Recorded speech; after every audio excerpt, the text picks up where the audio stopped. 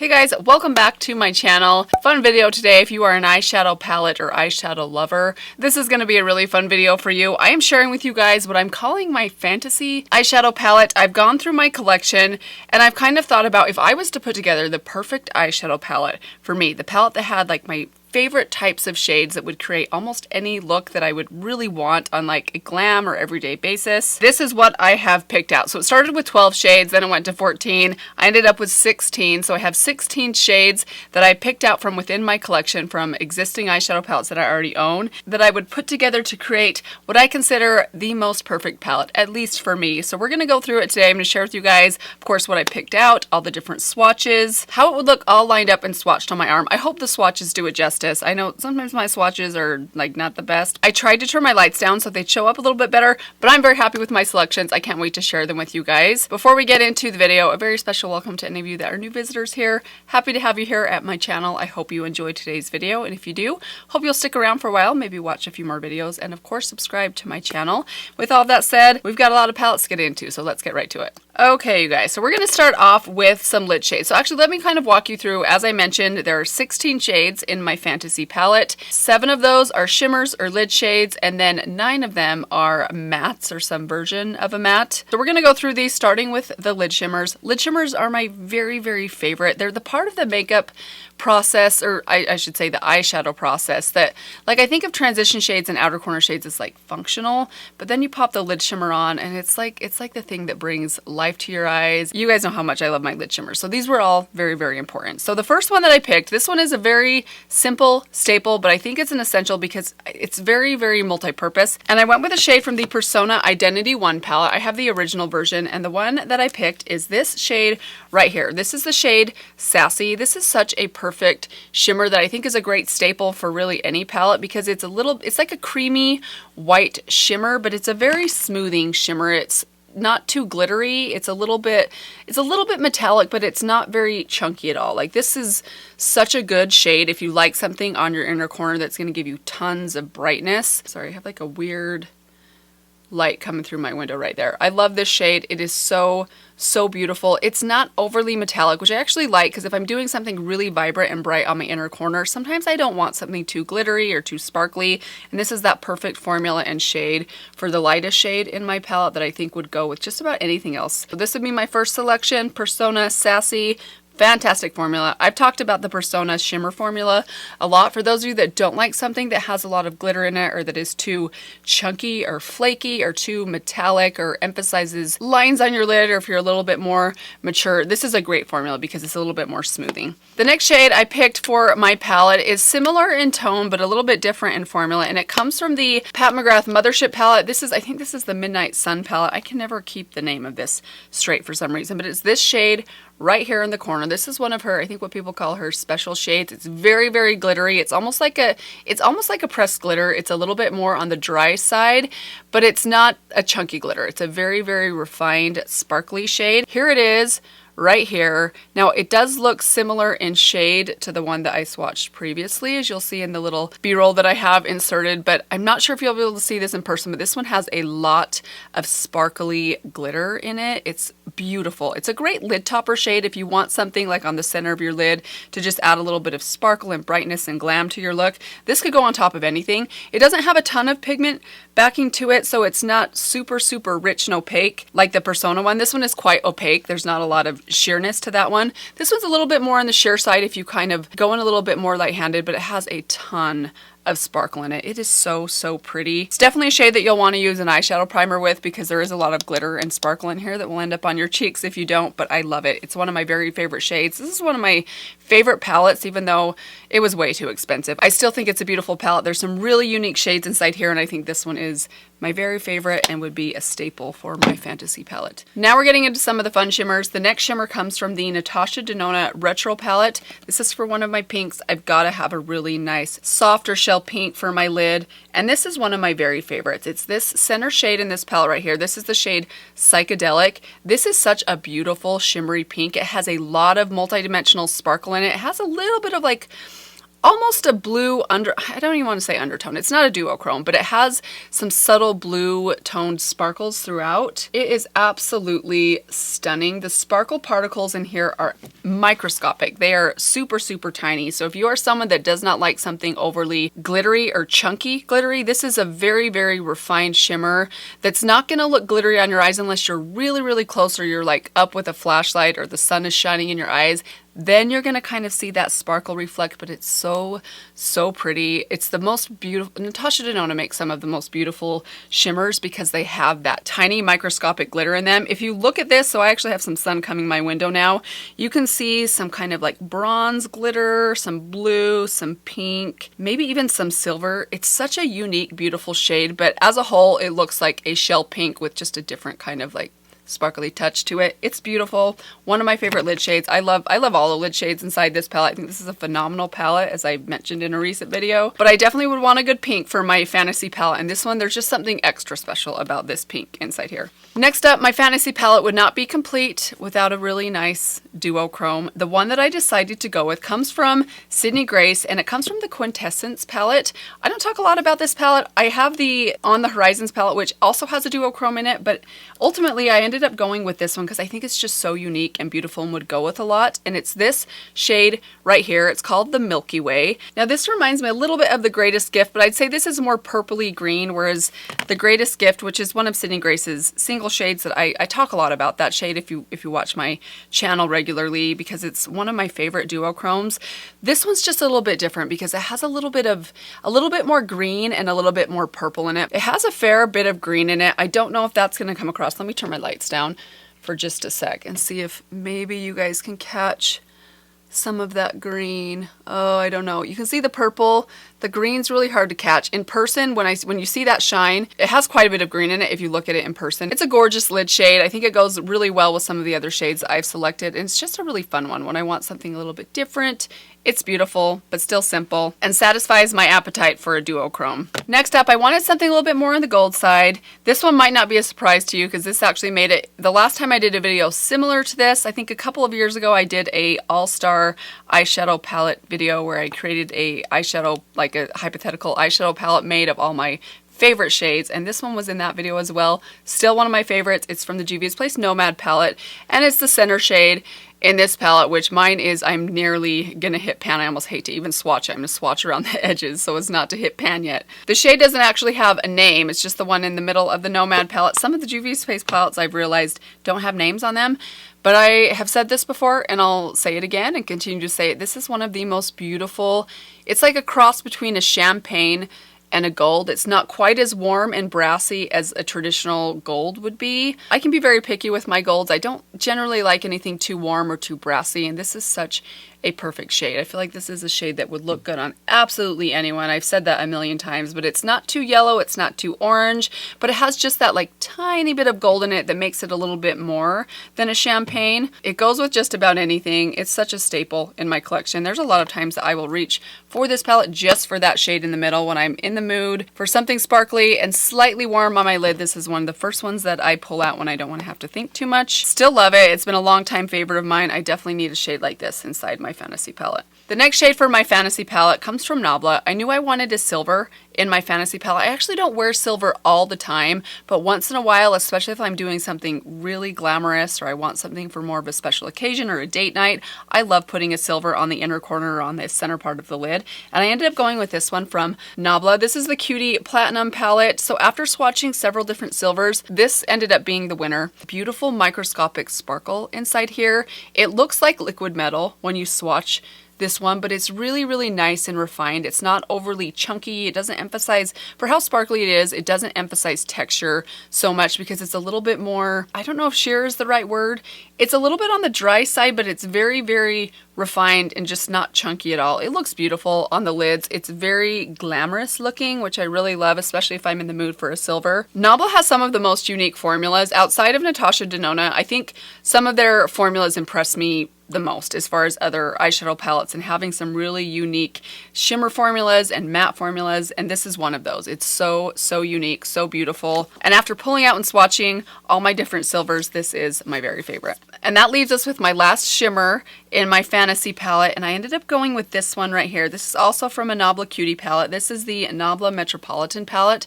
I don't know if this palette is still available. I know some of these Cutie palettes have been discontinued or kind of disappearing from the Ulta website at least, but it's this shade right here in the corner. This is the shade Dissolution.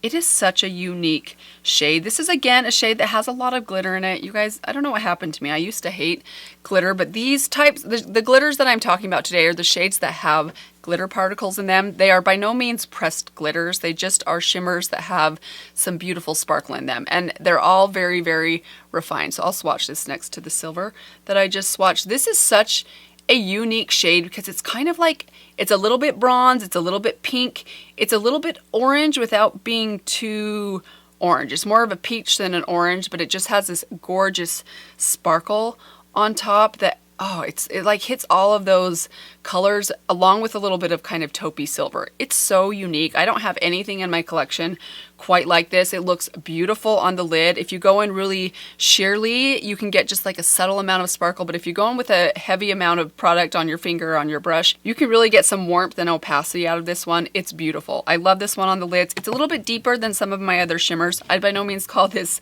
deep, but generally speaking, I don't like anything too dark or too mid-tone on my lid. I like something that's going to be brightening and open up my eyes because I do have smaller eyes and I don't have a lot of lid space, so I really like something that's going to bring light and make my lids appear bigger than they actually are. This is a gorgeous one of my favorite lid shades in my collection. When you look at it, it just looks like a simple kind of light bronze, but when you put it on your eyes or swatch it and see that sparkle, there's just something really special about this one that I would want in my Fantasy palette. So that's it for the shimmers. Now we're getting into the stuff that I consider staples, and that's my transition shades. So I only picked 4 different transition shades because I feel like these would get me by for really any look. And the first one I picked is probably the most versatile one. It comes from the Persona Identity 2 palette, and it's this shade right here at the top. It's the shade Loyal. This is one of the, for my skin tone, best transition shades in my entire collection. It's a little bit warm without being too warm. It's just a neutral light tan is how I would describe it. It would go with a warm or cool tone look. It's basically like my skin tone, but 2 shades darker. Maybe it is a perfect transition shade for me. I love it. It's a great formula. I love Persona's formula, her mattes as well. Very pigmented, very easy to blend. I actually haven't pulled this shade out for quite a while, but as I was going through and swatching everything, I was thinking of like, okay, what is that perfect transition shade that's like the go with anything transition shade? And then I opened this palette and I was like, that's it. That's the one that I would pick. I'd kind of forgotten about it for a while, but I'm glad that I pulled this back up. This is definitely a shade I would want in my Fantasy palette because it really does go with everything, at least for me. But as much as I like a staple like a light tan, I also love something a little bit purple and a little bit cool tone. And for that one, I went with the ColourPop Making Mauves palette, this corner shade right here. This is the shade Big Moves. I know inside the pan, this looks very, very light, but it's very, very pigmented and quite cool in tone without being gray. I love this shade so much. I know on the skin and the swatch, it looks pretty basic and pretty simple, but there's so much like soft purple in this that I absolutely love. It's almost like a lavender with a little bit more gray in it than just a traditional lavender. It's beautiful. It goes with so many different shades. This with that duochrome that I mentioned from Sydney Grace, or with the pink from Natasha Denona, even all over the lid. This is such a pretty shade because it's soft and neutral, but it has enough purple in it that makes it just a little bit different. There's something a little bit more colorful and special about this one. I think it'd be beautiful in my Fantasy palette. Next, I picked another staple for me, and it comes from the Natasha Denona Mini Viva palette. It's this shade right here. This is the shade Izzy, and this is what I consider to be my most perfect peachy nude. I love a peachy pink transition shade because, again, I feel like it's a type of shade that goes with just about anything. It's a little bit warm, but it's not like too warm. It's not too brown. It's more than a brown, but it's also not just a peach. It's not just a pink. I don't know, that's a terrible swatch. Hopefully my close-up swatch will be a little bit better, do it a little bit better justice, but I love this shade. I reach for this all the time. I have a lot of shades in my collection that remind me of this one that I think are similar, but this one is just so perfectly done. It kind of walks that line between a tan and a peach and a pink perfectly. I love it. It's beautiful, beautiful shade, great formula, great pigmentation, and a fantastic staple to put in my Fantasy palette. The next shade I went with for my transition shade, now this one looks a little similar to that Natasha Denona peachy shade. What was the name of that one? Izzy, the peachy nude from the Mini BB palette, but this one's a little bit darker. It does have a little bit more taupe in it, and it is also a more cream to powder formula. It comes from the Nabla Cutie Nude palette. So this shade right here in the corner, this is the shade Latex Nude.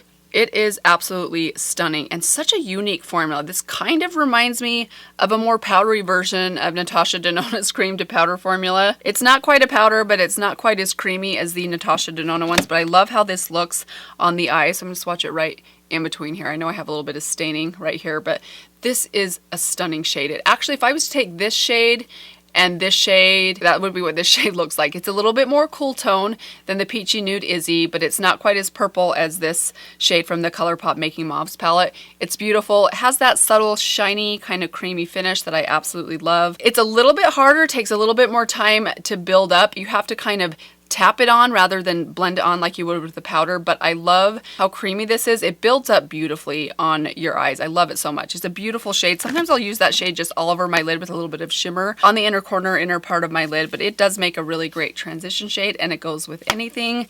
Definite staple for my fantasy palette. The next shade's a little bit different. This one comes from the Natasha Denona Mini Retro palette, and it's going to be the matte green in the center here. Now, this is you might call it a green, you might call it a gray. It's like half green, half gray. You really could, I don't know. I don't know that it has more green or more gray. I'd say it's like equal parts, but it is a stunning one. One of my favorite mattes in my entire collection. It's a beautiful shade. It's very different. I mean, you can sort of see the green on your eyes when you put this on, but not very much. Like, it doesn't just look like a simple gray, because generally speaking, when I put just like a plain matte gray that has no other pigment in it other than just gray, they usually don't look very good on me. I need something that has a little bit more brown or another color in there, and this has just the right amount of green that it actually looks really flattering on my eyes. Great formula, great pigmentation, not too dark, but definitely can be built up if I want it a little bit more on the dark side. This is another shade that I think would look fantastic with that duochrome from Sydney Grace. I love it. I don't know that it looks that special because it's not like a fun, exciting color, but it's just special enough, which is just what I like in my fantasy palette. I do have another green though to add to my fantasy palette, and this one's going to kick off all the really deep kind of outer corner, liner, smoky shades, and it's this one from the Essence Dancing Green palette. I've raved about this palette. I love all of these little Essence palette, but this one is my favorite. I love all the shades inside here, but this dark green in the center down here, it's called Night is Young. It is so beautiful. It's such a great formula from the drugstore. I mean, the fact that the drugstore did a green that's this dark, that's this pigmented and not patchy at all. I mean, this actually reminds me of the Sydney Grace formula. It reminds me of Sydney Grace's matte greens, which I love so much. It's a perfect green. Again, it doesn't have too much green in it, but it's nice and rich and dark. It's not patchy. It gives you such beautiful richness and smokiness. If you're looking for something that's just a little bit different in the outer corner, I love this shade. It looks beautiful on your eyes. So I'll link for you guys right here the video where I tried this out for the first time, because I did do a green look using this palette. It's one of my favorite looks that I've done all year. And actually not even all year. I think I did that look last summer or last fall. So I'll link that video for you guys if you're curious to see this shadow in action. I knew before I even started swatching all of my shadows that this was going to be one of the shades for my fantasy palette. That leaves us with just 3 more. For the next one, I wanted something really warm and chocolatey brown, and for that I had to go with the Natasha Denona Zendo palette, this shade right here. So I just did a ranking video of my Natasha Denona eyeshadow palettes, and I think this is one of the shades that I highlighted in that video. I love Natasha Denona's cream to powder formula, but some versions of it, or I guess some of the shades in some of her palettes that have that formula are better than others, and this is one of the very best. This one is so creamy. It's absolutely beautiful. It's smooth. It's kind of has this beautiful sheen to it, and it is so warm and rich. I just love this so much. So I went back and forth between this shade and one of the creams from the Patrick Ta palette. I ended up going with this one because I think this one, I have a lot more versatility in the types of brushes I use to apply this one than with the Patrick Ta one, although I do love that one as well. But this is another shade that the wear time on this is fantastic, but I also love that it behaves more like a cream in your eyes. Like, the finish of it is just a little bit different than a traditional powder matte, and I just love the rich warmth of this. It is so pretty. This is such a great shade for the outer corner. If I'm really wanting something nice and bronzy and warm, this is a gorgeous, gorgeous shade. Anytime I use this shade, I'm always amazed with how great it performs and how rich it makes my outer corner. A definite must-have for my fantasy palette. Last two, I knew I needed to have a matte, just basic chocolate deep, deep, deep, deep, deep brown.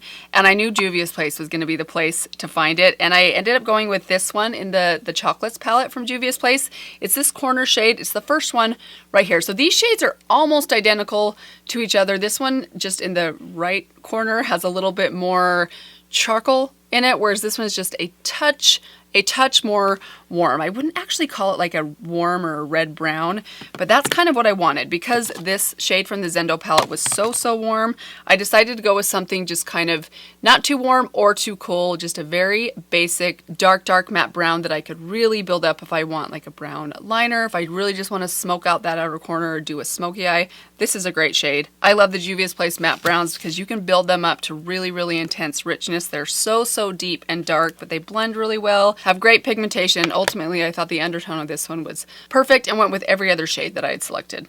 And that leaves us with my last selection for my fantasy palette, number 16.